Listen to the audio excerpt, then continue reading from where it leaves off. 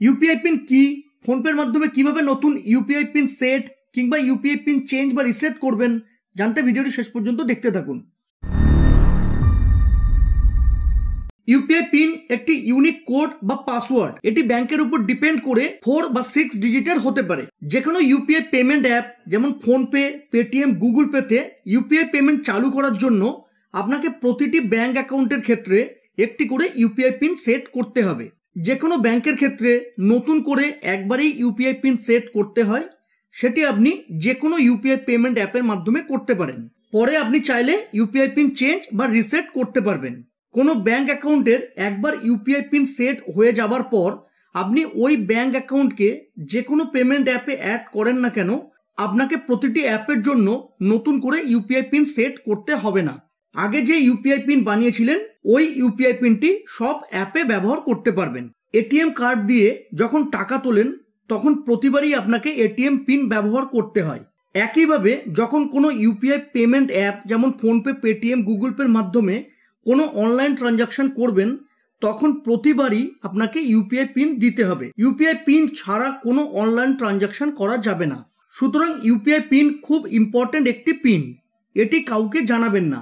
এটি জানা না থাকলে কেউ আপনার ফোন থেকে কোনো অনলাইন ট্রানজাকশন করতে পারবে না। ইউপিআই পিন কিন্তু এটিএম পিন বা এম পিন নয়, এটি সম্পূর্ণ আলাদা একটি পিন। এটি ইউপিআই পেমেন্টে লেনদেনের সময় কাজে লাগে।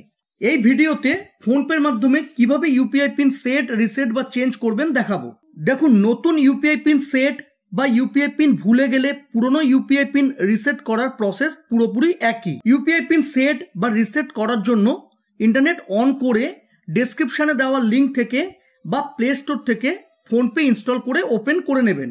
আর যদি আপনার ফোনপে অ্যাকাউন্ট না থাকে তাহলে আই বাটন ও ডেসক্রিপশনে দেওয়া ভিডিও দেখে নতুন ফোনপে অ্যাকাউন্ট তৈরি করে ওপেন করে নেবেন। ফোনপে ওপেন করার পর প্রোফাইলে গিয়ে ব্যাংক অ্যাকাউন্টে ট্যাপ করলেই আপনার যে ব্যাংক অ্যাকাউন্টগুলি ফোনপের সাথে লিঙ্ক করা আছে দেখতে পাবেন। যে ব্যাংক অ্যাকাউন্টের নতুন ইউপিআই পিন সেট কিংবা ইউপিআই পিন রিসেট করতে চাইছেন সেটির উপর ট্যাপ করবেন। আপনার ব্যাংক অ্যাকাউন্টে আগে থেকে ইউপিআই পিন সেট করা থাকলে এখানে ইউপিআই পিন এক্সিস্ট দেখাবে।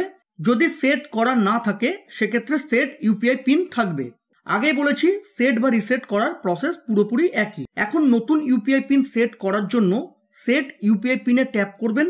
যদি রিসেট করতে চান রিসেট ইউপিআই পিনে ট্যাপ করবেন। সাধারণত ইউপিআই পিন ভুলে গেলে রিসেট করতে হয়। ইউপিআই পিন সেট বা রিসেট করার জন্য দুটি অপশন পাবেন, আধার নাম্বার ও এটিএম কার্ড।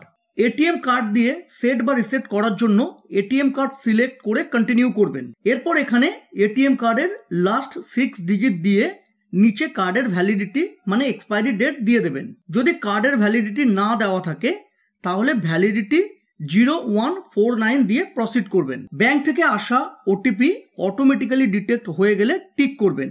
এরপর এটিএম থেকে টাকা তোলার সময় যে পিন ব্যবহার করেন এখানে দিয়ে টিক করবেন। এরপর নতুন একটি ইউপিআই পিন সেট করে টিক করবেন। নতুন ইউপিআই পিনটি আর একবার দিয়ে কনফার্ম করবেন। তাহলেই ইউপিআই পিন সাকসেসফুলি সেট বা রিসেট হয়ে যাবে।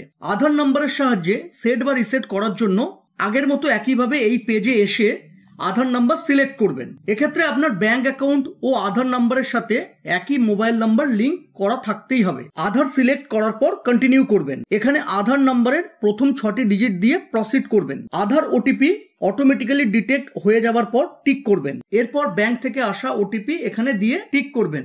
এরপর একটি নতুন ইউপিআই পিন সেট করে টিক করবেন। নতুন ইউপিআই পিনটি কনফার্ম করার জন্য আর একবার এখানে দিয়ে টিক করবেন। তাহলেই আপনার ইউপিআই পিন সাকসেসফুলি সেট বা রিসেট হয়ে যাবে।